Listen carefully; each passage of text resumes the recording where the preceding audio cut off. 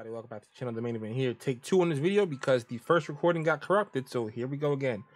So what I want to do is this resource here, Play Limitless VGC, with a bunch of completed limitless tours.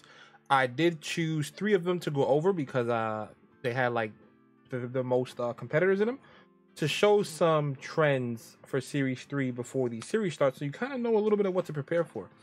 So this is less about the winning teams and more about how frequent the mons come. So this is a great resource, like I said, tons of tournaments here with results. So the 3 that we ended up picking are the VGC 2023 Flameborough Fort Wayne like regionals, or whatever they call this is what they called it, but it's actually not. It's no, of course it's not Fort Wayne regionals. Warrior Series 3 kickoff, and Pokefolk Race C. The old version of the video I did 4, but because it's a retake, we're doing 3. The 3 biggest ones. As you can see, like this team here that it won, pretty kind of conventional team now, right? Because Cerula's just picked up a lot, Gyarados is picking up a lot. This team is super duper conventional in a sense, where like hyper offensive stuff with Torkoal to enable some of it, and then this is also kind of like a balanced team. But what this website actually allows you to do with the tournaments, you click this metagame button right here, and it'll give you the breakdown of the Pokemon that were brought to the tournament. So what I'm going to do with this, right? I'm going to go through some of the metagame stuff to look and see what the metagame is. Metagame is, like I said, what people are bringing to the tournaments and what they're bringing the most of. And then I'm going to go to the top cuts to see, out of what people brought, what ended up performing the best. So if you notice, the first common thing here is for Fluttermane and Amoonguss, 55 and 51% here, 73% here, 47% here, so both leading 1 and 2 on both tours, and then 59 and 49%. So these two are the 2 most common Pokemon amongst the 3 biggest online tours that I found on the first page of this. So what that tells me is that Fluttermane is still very strong, or at least people still trust in it, right? I'll say that people still trust in Fluttermane, because we're just coming out of Regulation B Series 2, and we're just heading into a new series. So it's natural for things like Fluttermane and Amoonguss, which were very good in those formats, to carry over into the next one because people are comfortable with them. They trust what those Pokemon can do. Fluttermane just gets enabled a lot more by like Chiyu being a thing, and Amoonguss gets enabled more by the room by it being great into 2 of the Ruin Pokemon, Volcan and Tinglu. It's not as good into like Chien-Pao and Chiyu, but it can be okay with a decent Terra. You can Terra Water and still kind of just deal with those as well. So Amoonguss is great into kind of everything right now. Believe it or not, Amoonguss is great in 2023. Somehow it keeps on going. If you start going a little bit further down the list, for this one you see Palafin is the 3rd most used mon. Arcanine is the 3rd most used here, with Palafin coming in 1, 3, 4, 5, 6th. And this one, Arcanine is right under Palafin, and Arcanine is in 3rd here, Palafin's 4th. So when I see Arcanine, Amoonguss, Palafin, Amoonguss, Arcanine, and then Palafin, and then the same thing, Amoonguss, Palafin, Arcanine, it lets me know that people are still kind of trusting in like the whole like balance stuff. Like these are the 3 most common Pokemon on like Palafin balance teams, where you get the Amoonguss, the Arcanine, which are both great switch-ins for the Palafin when you have to switch it out to go from 0 to hero. And they also enable it because they can put things to sleep, they can burn things to help mitigate the damage, they can heal up the Palafin with the Amoonguss. It's a Fire, Water, Grass core, which is a very common team building kind of thing. Excuse me. Palafin is obviously very, very strong right now. It's great into Chiyu and it's great into Chien-Pao. It's really good into Tinglu as well, right? Because it also hits it for super effective damage. It's not as good, I guess, into Volcan, but being good into 3 out of 4 is phenomenal, right? No Pokemon is going to be great into everything. So, but even then, you can still Wave Crash it for a ton of damage, especially if they Terra out of their grass typing. You can still Wave Crash it for a ton, so it's actually not that big of a deal. So let me know that people are still running balance, and that no other type of game plan has yet to really like take over completely, right? Where some people were worried that Stall was going to take over, or like super duper hyper offense is going to take over. It doesn't appear like that has gone yet. I do want to just take a quick pick at the standings from one of these. Like you look, Arcanine, Palafin, Amoonguss balance, Arcanine, Palafin, Amoonguss balance, Gyarados, Amoonguss, Cerulean Edge Fire, like balance kind of stuff. Like none of these teams are super duper stally or super duper offensive. They have a good balance of both. Like good defenses, good offenses, good utility.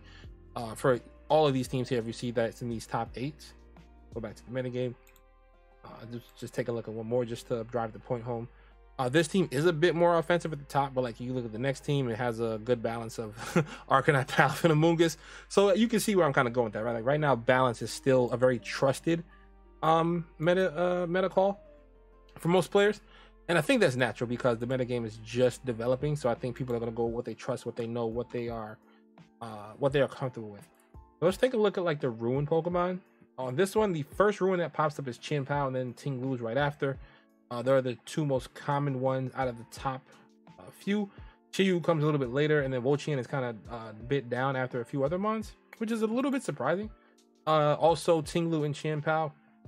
Chi-Yu is third again, and then Volcan is fourth way down here, which is again a little bit surprising. I thought it would be more popular, and I expect it to be. So don't like that. Don't take that as a bit of a grain of salt that is not as popular, because it's still popular in comparison to like the mons underneath it, right? It's still like top 10, 15 used mons. I just thought it would be higher than that. As you can see here, once again, Ting-Lu, Chien-Pao, and then Chi-Yu is under it. So Ting-Lu, the reason I think it's probably the most, like Ting-Lu and Chien-Pao, they're probably the most used ones because they're kind of the easiest to use.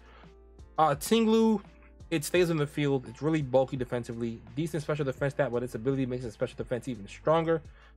It's one of the few ways we've ever gotten to mitigate special damage, so it makes sense that it's really popular.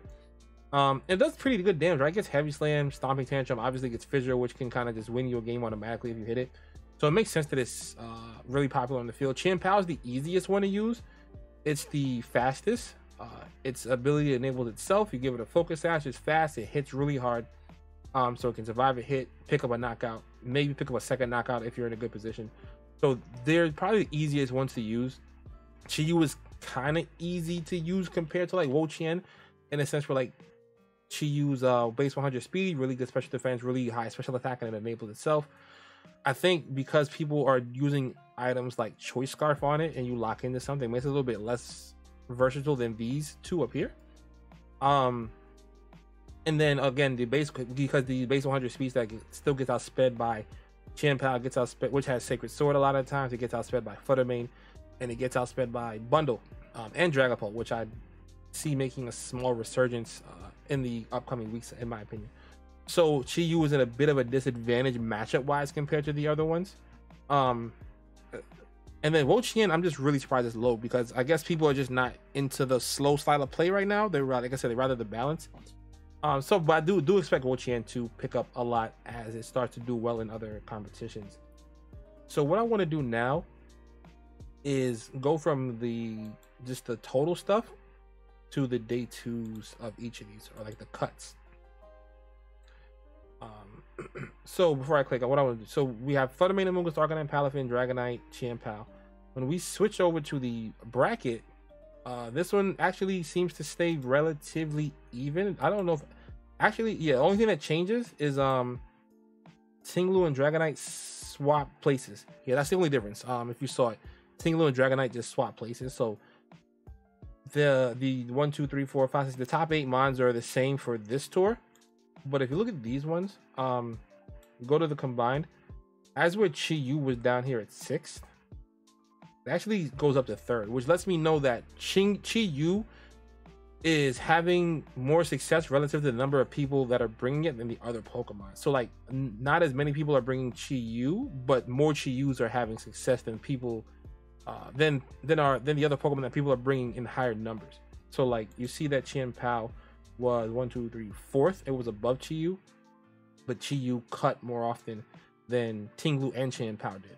So Chi-Yu probably accompanied with like PokeMaineEvent or other Pokemon that it enables, or that enable it with some kind of speed, are giving it more results than the other two are relative to the number of them that you see in the tournament overall.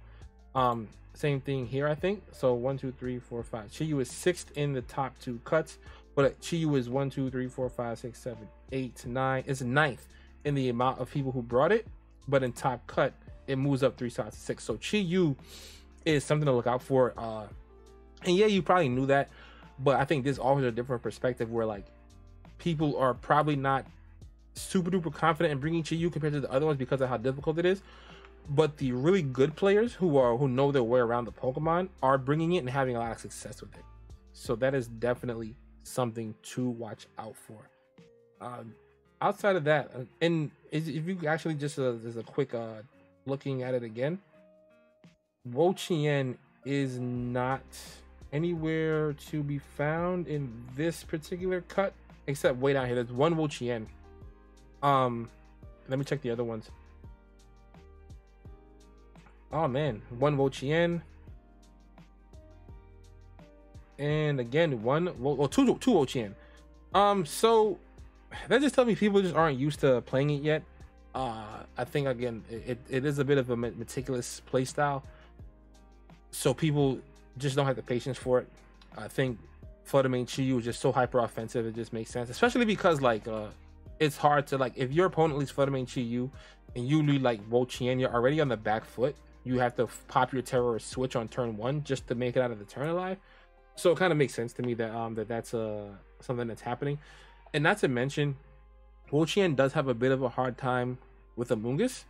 So with so many Amoonguss being available on so many teams, it makes sense that Wo-Chien is not having the success relative to the number of people that are bringing it. Because, like we saw, Wo-Chien for this tour is like... Damn, is there any in this one's cut? Yeah, there was 2 in the cut. But it had a decent number of people who brought it, right? So like it's not having as much success compared to, it's the opposite of Chi-Yu, where Chi-Yu less people are bringing it and it's having more success relative to the number of people who brought it.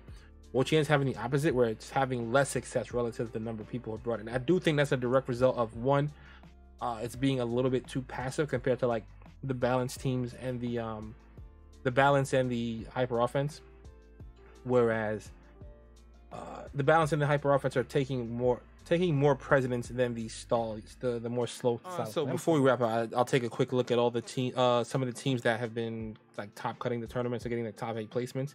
Like a little fire, water, grass core. Glamora is really good. I'm actually surprised that it's not a ton more Glamora, but I think that'll pick up because Glamora is just really good into a lot of things right now. Palafin balance with Rain, another Palafin balance with a kind of a hyper offense kick to it. Palafin balance with Wo-Chien being the grass type. So Wo-Chien did have a top 4 finish here, which is good for it, right? Because I think it's the only one in top. It's the only one that competed high in the standings. So it had some pretty good success with this one trainer, Michael. I just call him Michael. Roaring Moon made it into the top cut, which is interesting because it's fallen off a bit. Expect to see an uptick in Gyarados for sure. I think it's going to be around the bunch. It's funny because I was using T-Wave Gyarados in like Sword and Shield, and it was supposed to be a meme then, but now T-Wave Gyarados is kind of like picking up in a lot of usage. A couple of Mimikyus, a couple of interesting stuff. Lycanroc Dusk is actually interesting. I'm gonna plug that in the team builder and see what it does. It might be doing some interesting stuff. Oh, there was an Azumarill here, which is interesting. I think that Azumarill should pick up as well. It's just good into everything right now. And an Assault Vest lets it survive a lot of hits. Let's check out these standings here. This is definitely more of a hyper offensive kind of team where you just push buttons and go forward. I kind of respect it. Bax Palafin balance is what I would like to call something like this. Baxcalibur is really good right now. Arcanine, Amoonguss, Palafin, Fluttermane, Tinglu. This is a really balanced team. Mouse Ape. Mouse Ape is interesting because Mouse Ape always ends up on like ladder, but never in tours. I took that quote from Loisy, who took it from one of his friends. So I forgot the name of who he got it from. But yeah. Another Roaring Moon, which is interesting. Colossal. This is like an explosion surf Colossal. This was actually a pretty common like ladder thing that we saw earlier in the year. Storm James Tatsugiri to protect the Colossal if you do decide to kind of use it. It's a physical Colossal as well when I checked earlier. Hyper Offense Dondozo is interesting, and it went 8-1. Hyper Offense Dondozo is interesting, right? Because it makes sense, right? You lead either Dragonite Chien-Pao or Fluttermane Chi-Yu. Try to pick up 2 KOs early or pick up a ton of damage, and then you just kind of clean up those low HP mons with Dondozo, so it makes sense. Let's take a look over here. A little bit more of the same, where it's like a balanced kind of team. Instead of Arcanine, it's Chi-Yu for the fire, Amoonguss, Palafin, then Bax, Fluttermane. So a lot of balance stuff here. This is Sempra's team. It's kind of like his Vancouver team, Lily Cole stuff, with Fluttermane, Chien, Pao, Dragonite, and Great Tusk. Great Tusk and Fluttermane were part of the original team. Dragonite and Chien Pao were not, if I recall. I actually asked Sempra about this team, and he actually said he didn't really like it that much. Because Lilligant, actually we'll open it and just take a quick peek at it. Lilligant needs to pop its Terra Ghost way too often. Because when you get caught up with an opposing Pokemon with priority like Dragonite, it just blows it up, right? Especially since it doesn't have the sash anymore, and it felt kind of wasteful in his opinion to always need to pop the ghost to survive, and then all it does for you is let you survive one turn, because the next turn you just get blown up by something else. And then like Leaf Storm just wasn't doing enough damage. I think he was saying it's just too weak overall. But then the priority makes it difficult for the team to use. He did say that Flutter, Tusk, Dragonite, Chien Pao were really good, but these two, Torkola and Lilligant, were not as strong for him in this format. Let's just go back, take a look at some other teams. Here we got another Palafin balanced squad here. So this kind of matches up with what we saw in the metagame with a lot of Palafin, like the Arcanine, Amoonguss, Palafin, or fire type kind of cores. This one, I think Slitherwing making top 4 is interesting, right? Slitherwing is pretty good right now. It goes really good into Chien Pao, it's good into Ting Lu, and it's good into Wo Chien. And if you Terra Fire, it's actually pretty good into Chi Yu as well, right? So it's good into all the runes. So I could see Slitherwing picking up a lot going forward, if people have the guts to use it. Do I have the guts to use it? I don't know. But my boy Kaguya does. He loves Slitherwing, so he's going to be using it all the time. But this video has gone on long enough. So thank you guys for watching. Thank you guys for being subscribed and all that stuff. Let me know what you guys are expecting to see a lot of in Series 3 that goes live this Saturday, I want to say. Question of the day, are you going to Fort Wayne or are you watching from home? I'll be watching from home. I just flew out to Charlotte last week. I'm not flying to Fort Wayne this week. I am not that dedicated to the cause. Otherwise, thank you guys for watching, and I'll see you guys in the next one.